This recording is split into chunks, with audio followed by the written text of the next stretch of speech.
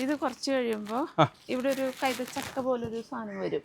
അപ്പോൾ അതിൻ്റെ ചുറ്റും നിറയെ തൈകൾ വരും. ഈ തൈനെ എടുത്തിട്ട് അതിൽ തന്നെ താത്തി മണ്ണിലേക്ക് താത്തി. Hi, good morning.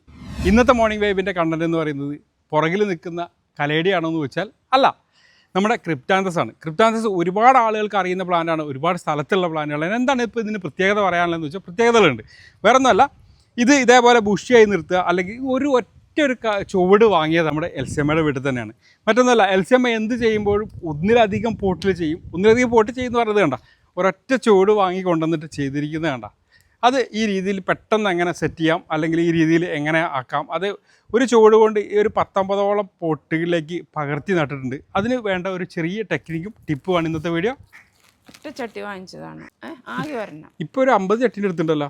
ഇപ്പോൾ കുറച്ചധികം ഉണ്ട്. ഇത് എങ്ങനെയാ അത് പ്രിപ്പറേഷൻ മാറ്റി നടുകയാണോ, എങ്ങനെയാണ് ചെയ്യുന്നത്? ഇത് കുറച്ച് കഴിയുമ്പോൾ ഇവിടെ ഒരു കൈതച്ചക്ക പോലൊരു സാധനം വരും. കൈതച്ചക്ക പോലെ ഒരു കുഞ്ഞു ചക്ക പോലെ വരും.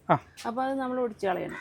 അപ്പോൾ അതിൻ്റെ ചുറ്റും നിറയെ തൈകൾ വരും. ഓ, അതിന് കൈതച്ചക്ക പോലെ വരുന്നതുണ്ടെങ്കിൽ അത് പൊട്ടിച്ചു കളയണം. പൊട്ടിച്ചു കളയുമ്പോൾ നിറച്ച് തൈകൾ വരും. പിന്നെ അതിൻ്റെ അടിയിൽ നിന്നും തൈകൾ വരും. അപ്പോൾ അതിനെ പറിച്ച് മാറ്റി നടണം. അപ്പോൾ അത് എങ്ങനെയാണ്, അത് പിന്നെ ഏത് പോട്ടി മിക്സിലേക്കാണ് വെക്കുക? അത് ഇത് സാധാ പോട്ടിങ് ഞാൻ ഇപ്പോൾ പറഞ്ഞ പോലെ മണ്ണ് ചാണകപ്പൊടി പിന്നെ നമ്മുടെ കമ്പോസ്റ്റ്, അത്രയും സാധനം മാത്രം മതി. വേറൊരു വളവുമില്ല, നല്ല കളറും ഉണ്ട്, കാര്യങ്ങളും ഉണ്ട്, ഒരു പ്രോബ്ലം ഇല്ല. വെയിൽ പാടില്ല, ഒരു ചെറിയ ഷെയ്ഡിലാണ് ആൾക്ക് കളർ വരിക. സാധാരണ ചെടികളൊക്കെ വെയിൽ വെക്കുമ്പോഴാണ് കളർ വരിക. വെളുത്തു പോകും, സായിപ്പാവും. അതാണ് ഓക്കെ. തീർച്ചയായിട്ടും എന്ത് ചെയ്യുക, ഷെയ്ഡുള്ളിടത്ത് വയ്ക്കുക. ഇതുപോലെ അതിൻ്റെ ഫ്ലവർ വരുമ്പോൾ ഒന്ന് ഒടിച്ചു കൊടുക്കുക. അത് കഴിയുമ്പോൾ അതിൻ്റെ തൈ ഇഷ്ടം പോലെ ഉണ്ടാവും.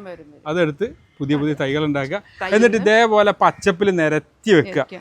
അല്ലേ, ഇതിന്റെ കൊടിച്ചിട്ട് വരണ അത് ഇതേപോലെയാണ് വരും. ഇത് വേണ്ട, അത് കൊടിച്ച് കളഞ്ഞിട്ട് വന്നതാണ്. ഈ തൈനെ എടുത്തിട്ട് അതിൽ തന്നെ താത്തി മണ്ണിലേക്ക് താത്തി വെക്കണം. അതായത് ഇത് എടുക്കുക, ഇതിൽ തന്നെ വെക്കും തൽക്കാലത്തേക്ക്. കുറച്ച് കഴിയുമ്പോൾ വലുതായിട്ട് വേര് വരും. വേര് വന്നു കഴിയുമ്പോൾ വലുതാവും. എന്നിട്ട് നമുക്ക് വേറെ ചട്ടിയിലേക്ക് പറിച്ചു. ഇങ്ങനെ ഇപ്പൊ കുത്തി വെച്ചേക്കണതാണ്. യെസ്, ആ കുത്തി വെച്ചിരിക്കുന്നതൊക്കെ സെറ്റ് ചെയ്ത് അപ്പോൾ ഒന്ന് സെറ്റ് ആകുമ്പോൾ അടുത്ത പോട്ടിലേക്ക് വെക്കുക. ഓക്കെ. കണ്ടിട്ട് ഇഷ്ടപ്പെടുകയാണെങ്കിൽ തീർച്ചയായിട്ടും കമന്റിലൂടെ അറിയിക്കാം. മാത്രമല്ല, ഈ ഒരു ഗാർഡൻ്റെ ഒരു ഗംഭീരമായ ഒരു ഡീറ്റെയിൽ വീഡിയോ കണ്ടിട്ടില്ലെങ്കിൽ തീർച്ചയായിട്ടും ഒന്ന് കണ്ടു നോക്കുക. വളരെ മനോഹരമായ ഒരു ഫാമിലി സ്റ്റോറി തന്നെയാണ് ആ വീഡിയോ. അപ്പോൾ എല്ലാവർക്കും നല്ലൊരു ദിവസം ആശംസിക്കുന്നു. Bye from green heaven.